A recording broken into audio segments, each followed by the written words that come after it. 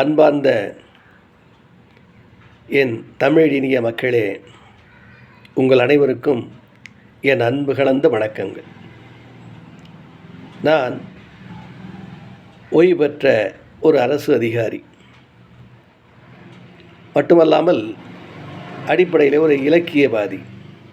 என் பால்ய பருவத்திலிருந்தே கவிதைகள், சிறுகதைகள், கதைகள் எழுதுவதிலே ஆர்வமுடையவன். அதன் பொருட்டு சில பல புத்தகங்களை நான் வெளியிட்டிருக்கின்றேன். அந்த வகையிலே நான் நமது நாட்டில் இருக்கக்கூடிய சில முக்கிய தலைவர்கள், பிரபலங்களை எல்லாம் சந்திக்கக்கூடிய ஒரு வாய்ப்பும், அவர்களிடையே ஓரிரு நிமிடங்கள் பேசக்கூடிய வாய்ப்பும் எனக்கு கிடைத்தது. அந்த வாய்ப்புகளை பற்றி உங்களிடையே பகிர்ந்து கொள்வதில் நான் பெருமகிழ்ச்சி அடைகின்றேன். முதலாக தமிழகத்திலே முதுபெரும் தலைவராக இருந்த முத்தமிழ் அறிஞர் ஐயா கலைஞர் அவர்களை பற்றி உங்களோடு பகிர்ந்து கொள்வதில் நான் பெருமகிழ்ச்சி அடைகின்றேன். அது 1994ஆம் ஆண்டு அவர் எதிர்க்கட்சி தலைவராக இருக்கின்றார். அப்போது நான் எனது அரசு பதவியின் காரணமாக பயிற்சி எடுப்பதற்காக சென்னைக்கு போகக்கூடிய ஒரு சூழ்நிலை. ஒரு 2 மாத காலங்கள் அந்த பயிற்சியை முடிக்குவதற்கு நான் அங்கு இருந்தாக வேண்டும்.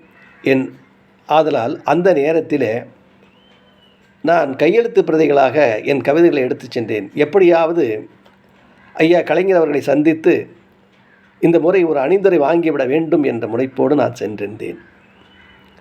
அப்படி நான் பயிற்சி எடுத்துக்கொண்டிருக்கிற நேரத்திலே ஒரு நாள் மாலை 5 மணிக்கு அறிவாலயம் சென்றேன். அங்கே சென்று அங்கே இருக்கின்ற அந்த மேனேஜர் அவர்கள், உதவியாளர் அவர்கள் எங்கே வந்தீங்களே கேட்டார். அந்த மாதிரி ஐயாவை சந்திக்க வேண்டும் என்று.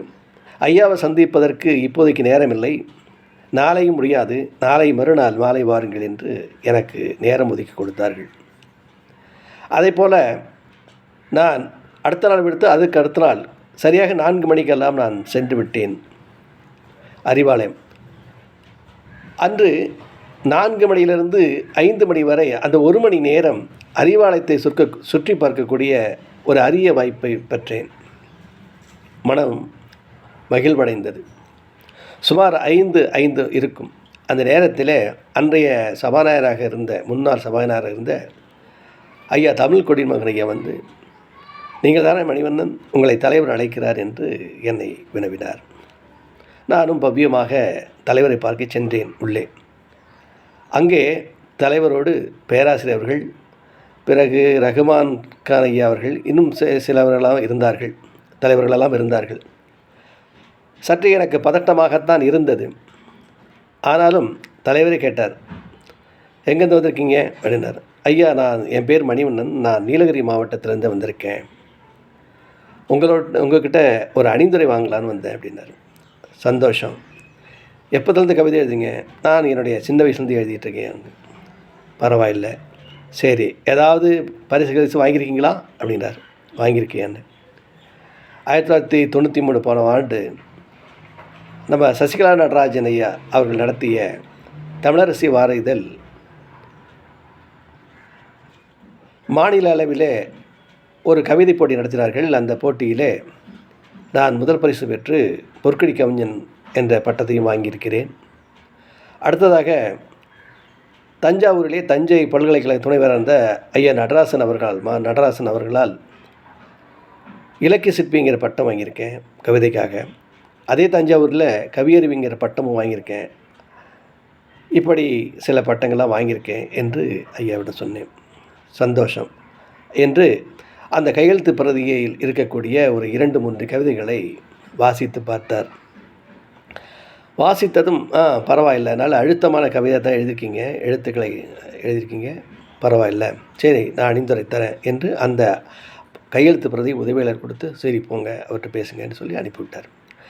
சரி, போனமே தலைவரை முதலாக சந்திக்கும்போது ஏதாவது நம்ம கட்சி நிதியாக கொடுத்தாக வேண்டும் என்று அன்றைக்கு ஒரு 51 ரூபாயை அவரது கையில் கொடுத்தேன். அவர் 51 ரூபாய் கையில் வாங்கி கொண்டு அந்த 50 ரூபாயை வைத்துக்கொண்டு ₹1 தவற விட்டு விட்டார் கீழே.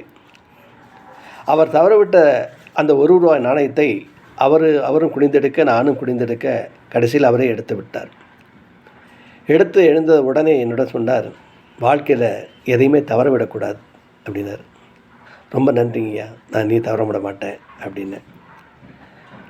இந்த நிகழ்ச்சி என்னை நெகிழ வைத்தது. எவ்வளோ பெரிய தலைவர், அவரிடம் இல்லாத பணமா, பொருளா, புகழா, எப்படி அந்த வயதிலும் அவ்வளவு சிரத்தை கொண்டு அந்த ₹1 நாணயத்தை எடுத்தார். அந்த எடுத்த நிகழ்வை என் நெஞ்சிலே இன்றும் பசுமையாக இருக்கிறது. இந்த செய்தியை உங்களிடம் பகிர்ந்து கொண்டதில் நான் பெரும் மகிழ்ச்சி அடைகின்றேன். நன்றி, வணக்கம்.